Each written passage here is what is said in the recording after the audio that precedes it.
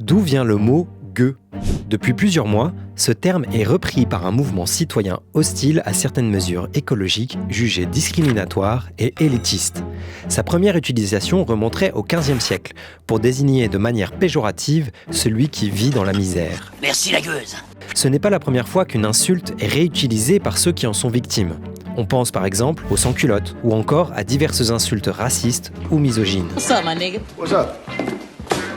Se revendiquer gueux, c'est faire allusion à une dualité très ancienne qui remonte au XIIIe siècle, celle du bon et du mauvais pauvre. Disons qu'au Moyen-Âge, le bon pauvre est quelqu'un qui a choisi d'être pauvre. Il faut avant tout être un riche qui fait le choix d'abandonner ses richesses pour devenir pauvre à l'imitation du Christ. Et ça commence avec le père de l'Église, spécialement avec Saint Augustin, qui dit qu'il faut distinguer entre les pauvres qui ont choisi d'être pauvres et les pauvres qui sont désireux de devenir riches et donc qui sont des mauvais pauvres.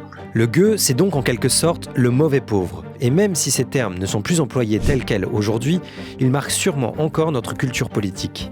Je pense que beaucoup de stéréotypes à propos de la pauvreté produits au Moyen-Âge ont continué à fonctionner parfaitement à l'âge moderne. Et l'idée que le pauvre est quelqu'un qui est pauvre en conséquence de son incapacité de faire fonctionner la richesse, de s'enrichir, est une idée aujourd'hui assez courante. C'est ce qu'on a appelé la fausse méritocratie de l'âge contemporain qui plonge ses racines dans ce discours sur l'indignité des pauvres, en conséquence de leur inaptitude à la vie sociale et économique. Le bon pauvre est représenté par le travailleur pauvre, par le consommateur qui s'adapte à sa condition et qui n'a rien à demander de plus de ce qu'il se trouve à recevoir par cette organisation sociale.